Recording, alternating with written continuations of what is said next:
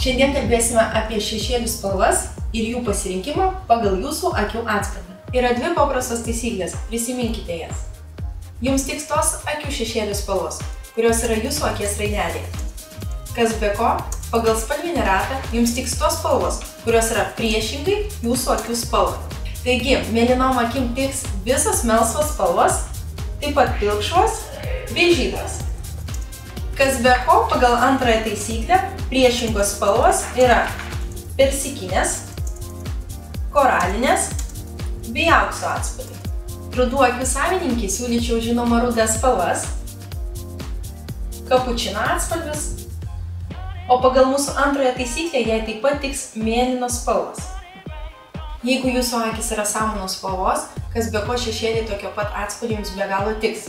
Žaliom akim žinoma siūlyčiau visą paletę žalių spalvų, o taip pat nepamirškite, kad jums puikiai tiks violetinės arba bordo atspalviai. Šiltos bei šaltos rudos spalvos tinka bet kuriuom akim, tačiau šiandieną jas padėkime į šalį. Žaiskime su įvairesnėmis spalvomis. Kadangi mūsų modelio akys yra pilkšvai melsvos, naudokime jų persikinės bei mėlynas spalvas. Visą judrųjį voką dengiu persikiniu atspalviu su satinio žvilgesiu.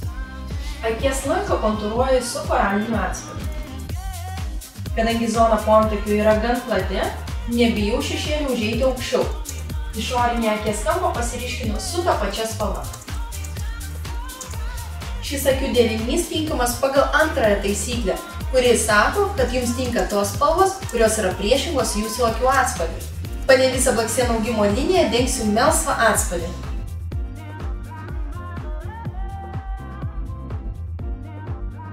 Nepamirškite, kad šešėliai turi pereiti iš vienos spalvos į kitą, todėl prie šios spalvos aš panaudosiu dar vieną atspalvį, tai yra pilka spalva. Apatinę blakstienų augimo liniją paryškinu su ta pačia spalva, kurią naudojau akies lankui. Tokiam akių makiažui yra būtina paryškinti blakstienas.